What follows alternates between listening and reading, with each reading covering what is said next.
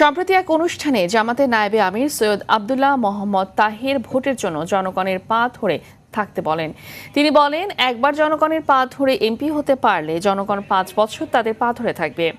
জামাত নেতার এই বক্তব্যের কঠোর সমালোচনা করেন বিএনপি চেয়ারম্যান তারেক রহমান। তবে তারেক রহমানের সমালোচনার আংশিক একটি বক্তব্য সামাজিক যোগাযোগ মাধ্যমে প্রচার করে প্রোপাগান্ডা চালাচ্ছে একটি গোষ্ঠী। অপপ্রচারে বিভ্রান্ত না হওয়ার পরামর্শ বিশেষজ্ঞদের। রুদ্র রফিকের রিপোর্ট।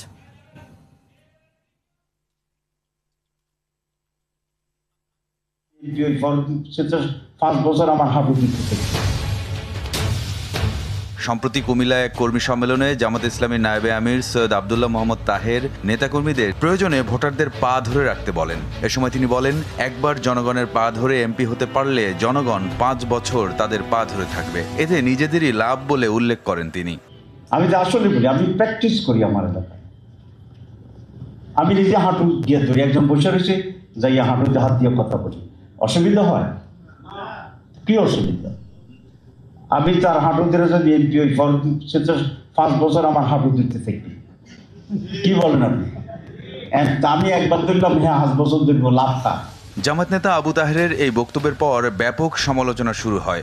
গত 4 ফেব্রুয়ারি বরিশাল বেলস পার্কের জনসভায় জামাত নেতার সমালোচনা করে তারেক রহমান নেতাকর্মীদের উদ্দেশ্যে বলেন, শুধু 12 তারিখ পর্যন্ত নয়, 13 তারিখ থেকে আগামী 5 বছর জনগণের পা ধরে রাখতে হবে বিএনপি নেতাকর্মীদের।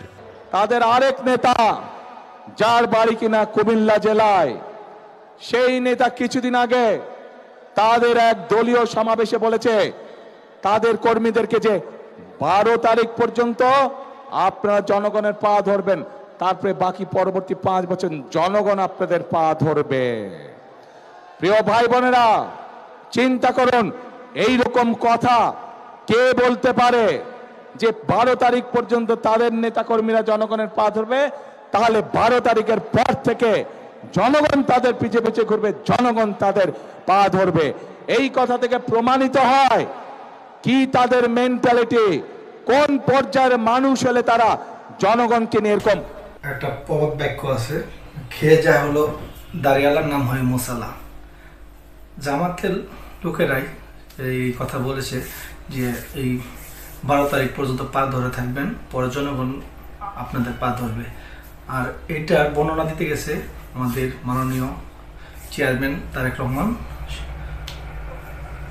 বট বাহিনী কি করছে, মাঝখান থেকে ভিডিও সামান থেকে পিছন থেকে কেটে মাঝখান থেকে ভিডিও এডিট করে তারা অপপ্রচার করে ফেলছে। বলেন, খেয়ে গেল দাঁড়িয়ালা নাম হয় মশালা। এটাই হলো আমাদের বাঙালির স্বভাব।